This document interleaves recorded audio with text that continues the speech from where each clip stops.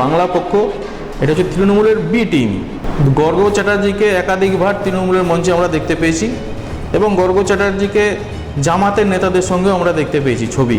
এই পশ্চিমবঙ্গের মধ্যে এসে এখন আজকে বলা হচ্ছে যে বাংলাদেশের বাঙালি আর এখানকার বাঙালি আমরা এক জাতি।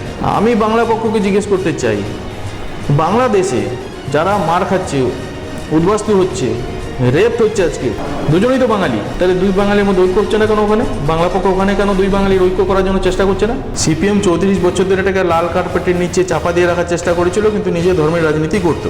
তৃণমূল আসার পরে লাল কার্পেট তুলে দিয়েছে, সেটা সামনে চলে এসছে। মুসলিম ভোট ব্যাংকের রাজনীতি সব পার্টি করে এসছে।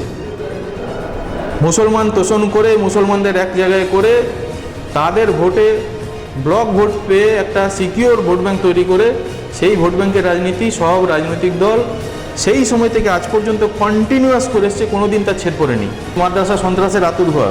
সিপিএম ধর্মনির রাজনীতি করেছে, তাদের রাজনীতি ছিল প্রো মুসলিম রাজনীতি, হিন্দু বিরোধী রাজনীতি, সেই রাজনীতি আজকেও চলছে। তৃণমূল একদম ওপেনলি করছে, প্রত্যক্ষভাবে সামনে স্বীকার করে নিয়েছে, অ্যাডমিট করে নিয়েছে যে আমরা মুসলমানদের দুধেল গাইদের ভোটে আমাদেরকে জিততে হবে, সেই জন্য মাঝে মাঝে লাথি খেলেও অসুবিধা নেই। শুধুমাত্র তৃণমূলের পার্টি করে যারা কিছু সুবিধা ভোগ করছে, তৃণমূল থেকে বিভিন্ন ধরনের দুর্নীতির লুটের মালের বখরা পাচ্ছে, তারাই তৃণমূলের হয়ে লড়াই করছে। সাধারণ মানুষ বিকল্প হিসেবে ভারতীয় জনতা পার্টি ছাড়া আর কাউকে সামনে দেখতে পাচ্ছে না।